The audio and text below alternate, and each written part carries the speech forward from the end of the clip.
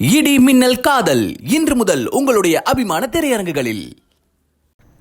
புனித வெள்ளியையொட்டி கன்னியாகுமரி மாவட்டம் கருங்கல் பகுதியில் இயேசுவின் சிலுவை பாடுகளை மனிதர்கள் தத்ரூபமாக நடித்து தியானித்த சிலுவை பயணமானது நடைபெற்றது. இது குறித்த கூடுதல் விவரங்களோடு இணைப்பில் இருக்கிறார் நமது செய்தியாளர் ரமேஷ்குமார். அவரிடம் விவரங்களை கேட்கலாம். ரமேஷ்குமார், வணக்கம். புனித வெள்ளியானது கோலாகலமாக அனுசரிக்கப்பட்டிருக்கக்கூடிய சூழலில் அங்க இருக்கக்கூடிய நிலவரங்கள் என்னவாக இருக்கின்றன, பதிவு பண்ணுங்க.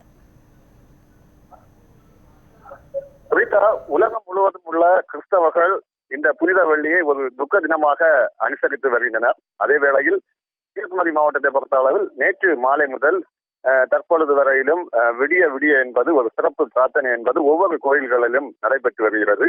அது மட்டுமின்றி 2000 ஆண்டுகளுக்கு முன்பு இயேசுவின் சிலுவை பாடுகளை உணர்த்தும் விதமாக பல பகுதிகளில் தற்பொழுது மனிதர்கள் தத்துவமாக நடித்து அந்த திருச்சிலுவை தியான பயணம் என்பது பல பகுதிகளில் நடைபெற்று வருகிறது.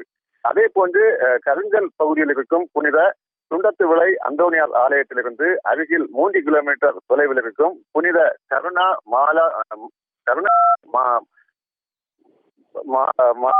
மலைக்கு பயணம் என்பது மேற்கொண்டு வருகின்றனர். அதில் திரளான பக்தர்கள் கலந்திருக்கின்றனர். குறிப்பாக தமிழகம் சரிதான், கேரளாவில் இருந்தும் ஆயிரக்கணக்கான பக்தர்கள் கலந்திருக்கின்றனர். இதிலும் 2000 ஆண்டுகளுக்கு முன்பு இயேசுவின் சிலுவை பாடுகளை உணர்த்தும் அந்த நிகழ்வுகளை மனிதர்கள் தத்துவமாக நடித்து காண்பித்தவாறு செல்கின்றனர். இதனையும் ஏராளமான பக்தர்கள் தியானித்தவாறு அவர்களுடன் ஊர்வலம் என்பது தற்பொழுது நடைபெற்றுக் கொண்டிருக்கிறது.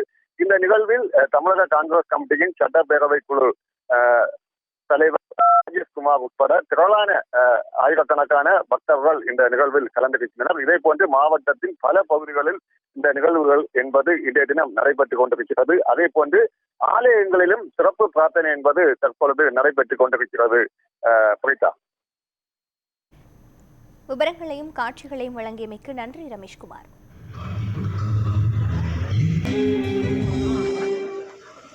இரண்டாம் நிலை அதீத தேர்ப்பின் சுமையை தன்மேல் ஏற்று பயணிக்கிறார் இறைமகன் இயேசு. அதே பாடமான திருச்சிலுவை கொண்டு